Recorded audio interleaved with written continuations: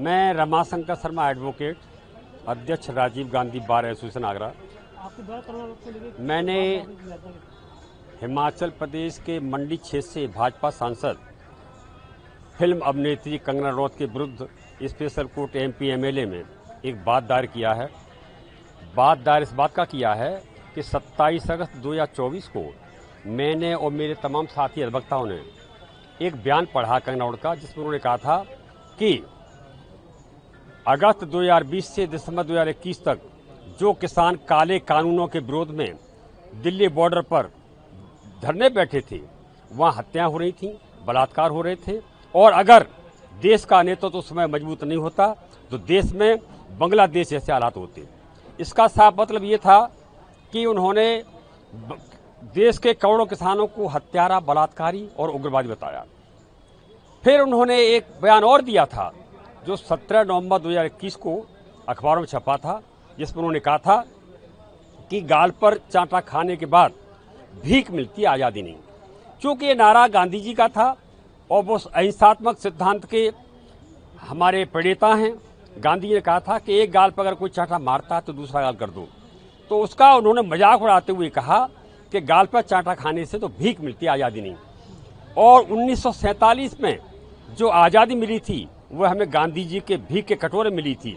असली आज़ादी तो जब सन 2014 मिली है, जब केंद्र में नरेंद्र मोदी की सरकार सत्ता में आई है।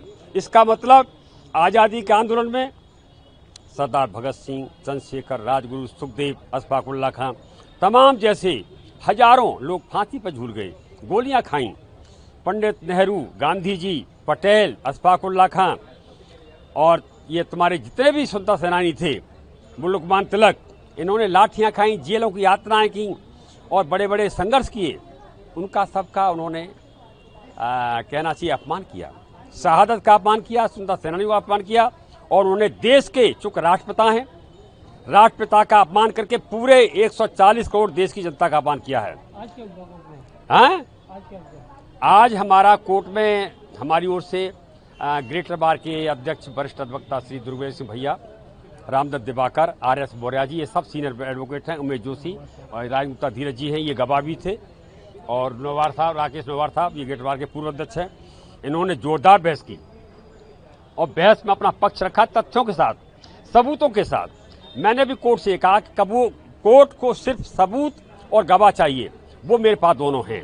क्योंकि मेरे गवाह ये खड़े हुए, मेरे साक्ष्य मेरे पास सबूत हैं अखबारों के, तो कोर्ट सबूत और गवाहों के आधार पर उन्होंने सुनते हुए 28 नवंबर 2024 के लिए कंगना रनौत के लिए नोटिस जारी किया है कि वो अपना आए और पक्ष रखें।